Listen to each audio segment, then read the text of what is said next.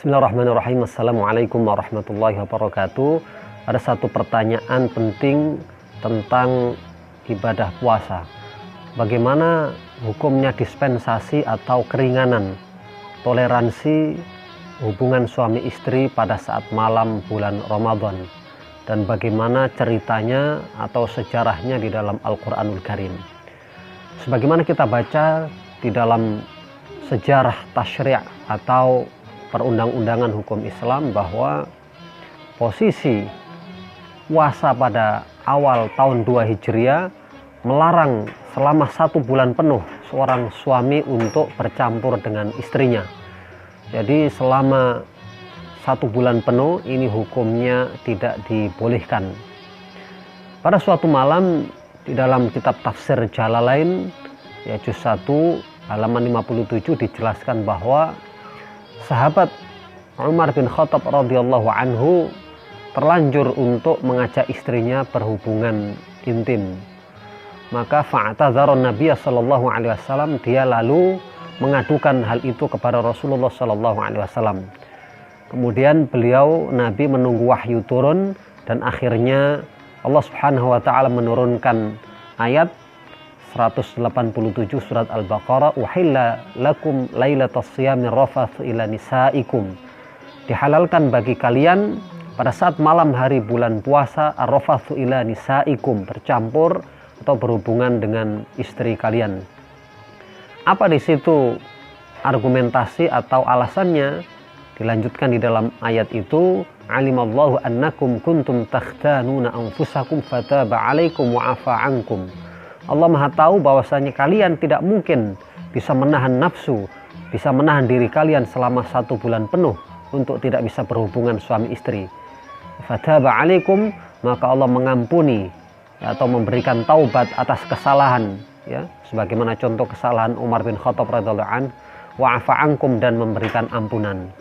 Nah, berdasarkan ayat ini maka konsep nasakh atau penghapusan hukum Islam terjadi. Maka semenjak turunnya ayat ini maka dibolehkan mulai pada saat malam hari di bulan Ramadan semenjak maghrib sampai subuh dibolehkan untuk berhubungan suami istri. Adapun masalah ghuslul jinabah atau mandinya, maka di dalam hadis Rasulullah SAW diberikan toleransi boleh masuk waktu subuh masih dalam keadaan junub, belum mandi, tetapi ia harus segera untuk mandi dalam rangka untuk sholat subuh. Jadi jangan sampai terlambat sampai nanti syuruk atau terbit matahari. Ini berdasarkan hadis dari Aisyah radhiyallahu anha. Qalat kana Rasulullah sallallahu alaihi wasallam yudrikuhul fajru wa huwa junubun min ahlihi thumma yaghtasilu wa yasumu. Hadis riwayat Bukhari Muslim muttafaq alaih. Pernah Rasulullah sallallahu alaihi wasallam masuk waktu fajar atau subuh dalam keadaan junub, belum mandi, min ahlihi, karena sebelumnya berhubungan dengan istrinya, tentu saja dengan Aisyah radhiyallahu anha. Tsumma yaghtasilu, kemudian beliau mandi, wa yasumu, dan lanjut puasanya. Berdasarkan hadis ini maka puasa orang yang mandi setelah subuh ini hukumnya sah-sah saja, boleh, asalkan pada saat berhubungan badan tadi itu tidak melebihi durasi waktu subuh. Nah, hukum mandi sebelum fajar atau subuh ini hukumnya sunnah. Jadi disunahkan memang mandi cepat ya menjelang subuh. Misalnya di dalam kitab Fathul Mu'in, wa sunnah ghuslul janabati qablal fajri ya inda shaimi.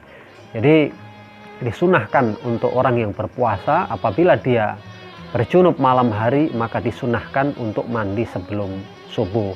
Jadi mandi sebelum subuh ini hukumnya sunnah. Dia boleh mengakhirkan, tetapi jangan sampai mengakhirkan sampai syuruk terbit matahari, karena ini waktu terbatas ya, agar dia bercepat-cepat mandi untuk supaya tidak terlambat waktu sholat subuh. Adapun kasus-kasus misalnya bangun kesiangan, suami istri misalnya sama-sama bangun jam 8, maka dalam kasus seperti itu dia harus segera mandi junub, kemudian sholat subuh qadha, dan setelah itu lanjut puasanya. Ya, tidak boleh disengaja, tidak boleh terus-menerus keseringan. Nah, kalau disengaja ini hukumnya haram ya, karena ini dispensasi bagi orang yang tidak sengaja. Demikian, mudah-mudahan bermanfaat. Alhamdulillah rabbil alamin. Wassalamualaikum warahmatullahi wabarakatuh.